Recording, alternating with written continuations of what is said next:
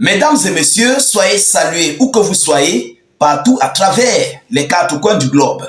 Très mauvaise nouvelle pour Emmanuel Macron et ses alliés outaniens. Oui, le Tchad et la République centrafricaine viennent de surprendre une fois le monde. La France est très remontée concernant l'acte que le Tchad et la Centrafrique viennent de poser sur leur territoire, sur leur sol, il faut le dire ainsi. Alors nous assistons, en d'autres termes, à la création d'un nouveau AES du côté de la République centrafricaine et du Tchad. Et oui, vous tous, vous savez comment les pays, les États de l'AES ont fait jusqu'à arriver au niveau d'une création d'une confédération. C'est ce même scénario que nous sommes en train d'assister petit à petit du côté du Tchad et la Centrafrique. L'Occident, comme vous-même vous le connaissez, vous le savez, dans leurs idéologies, ils ont toujours voulu diviser pour mieux régner.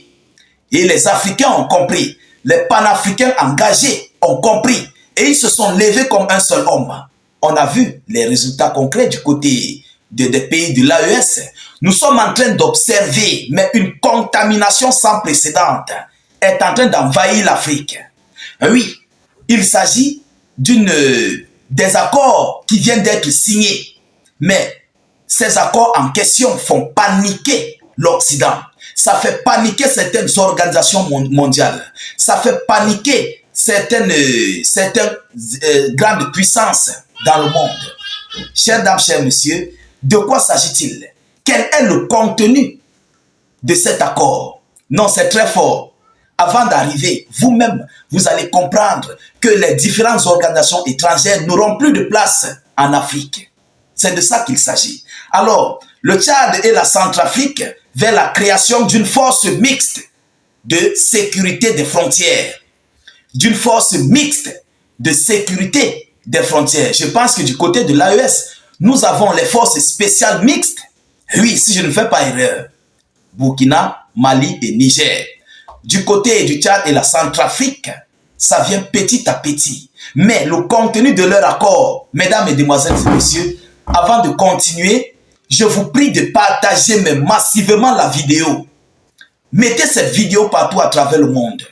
Sécurisez la vidéo avec beaucoup de j'aime et de cœur. Cette vidéo doit tourner. Le monde entier doit comprendre que les Africains se sont levés. Alors, le contenu de l'accord en question fait trembler. Vous comprenez? Qu'est-ce qu'ils nous disent? Selon les informations officielles, N'Djamena et Bangui ont signé 4 projets d'accord de coopération, a annoncé la présidence tchadienne. C'est la présidence tchadienne qui l'a annoncé. Quel est le contenu? Écoutez, parmi ces documents, l'un vise la création d'une force mixte de sécurisation des frontières. Les deux pays partagent une frontière d'environ de 1200 km. Mais vous savez, du côté du Tchad, je crois qu'il y a des soldats français là-bas. Oui, il y a des soldats français au Tchad. Mais pourquoi ils ne peuvent pas sécuriser le Tchad? Qu'est-ce qu'ils sont en train de faire au Tchad? On se pose des questions. Du côté de la Centrafrique, il y a les casques bleus là-bas. Il y a les forces extérieures, les forces étrangères du côté du Tchad, du côté de la Centrafrique. Mais pourquoi ils ne peuvent pas sécuriser les frontières centrafricaines? Alors en réalité, l'Afrique a compris. L'Afrique est passée sur une autre phase de prendre son destin à main. Mesdames, mesdemoiselles et messieurs, on a compris. Alors écoutez, les autres textes signés sont un projet d'accord sur des consultations politiques régulières et le règlement des conflits. Un projet d'accord sur des consultations politiques régulières et le règlement des conflits. Voilà l'un des accords qui a été signé entre ces deux États. Donc, dorénavant, le Tchad et la Centrafrique vont directement partager les consultations politiques et certains règlements de conflits. Ils vont complètement prendre ces dossiers en main mutuellement. Vous comprenez? prendre ce dossier en main et travailler dessus, faire ce qu'il faut faire. Alors, voilà l'autre accord. Un protocole d'accord en matière de sécurité. Un protocole d'accord en matière de sécurité bilatérale, bien sûr, entre le Tchad et la République centrafricaine. C'est un gros geste, c'est un mauvais signal pour l'Occident. Vous comprenez? Un protocole d'accord en matière de sécurité. Donc cela veut dire quoi? Si le Tchad veut régler quelque chose au niveau de la sécurité, au niveau de la Centrafrique, il doit avoir un couloir de protocole qui doit être ouvert pour permettre aux deux États d'entrer dans la danse, de voir ce qu'il faut faire concernant la sécurité de la sous-région tchadienne et centrafricaine. Vous comprenez? Alors, un projet tripartite avec le Haut Commissariat aux réfugiés de l'ONU concernant le rapatriement des réfugiés. Oui, il y a les réfugiés centrafricains du côté du Tchad, il y a les réfugiés tchadiens du côté de la Centrafrique, donc c'est mélangé. Il faut un couloir qui doit être ouvert pour que toutes les transactions se passent bien, pas seulement du côté du Tchad et de la Centrafrique, mais aussi de d'autres États, leur suivi sur les différents territoires et leur départ comme leur arrivée. Alors, c'est un très gros pas, mesdames, mesdemoiselles et messieurs.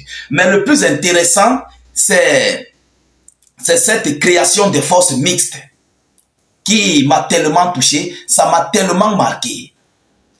Oui, ça m'a tellement marqué. Vous allez constater que si le Tchad et la Centrafrique prennent au sérieux leurs différents accords, ces forces de l'ONU, les casques bleus, tout ce qui s'ensuit sur le sol centrafricain et tchadien n'auront plus de place.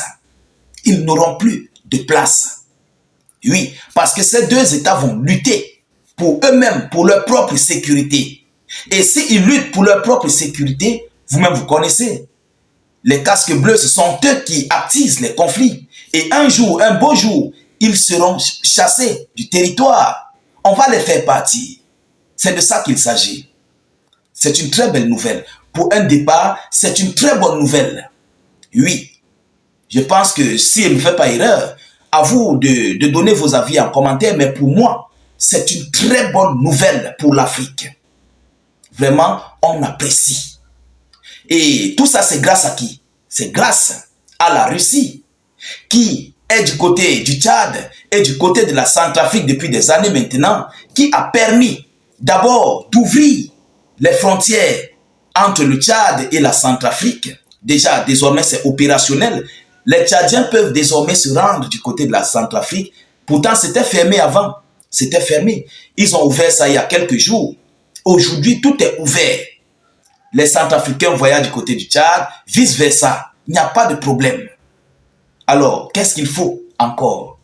Mesdames, mesdemoiselles et messieurs. Maintenant, c'est juste ce petit problème des terreaux et dia-dia qu'il faut bannir. Mais avec l'expérience de la Fédération de Russie et l'appui militaire que la Russie apporte aux deux États, je crois que cette histoire va marcher. Mais il faut que ces deux États fassent partie des forces étrangères qui sont sur leur territoire.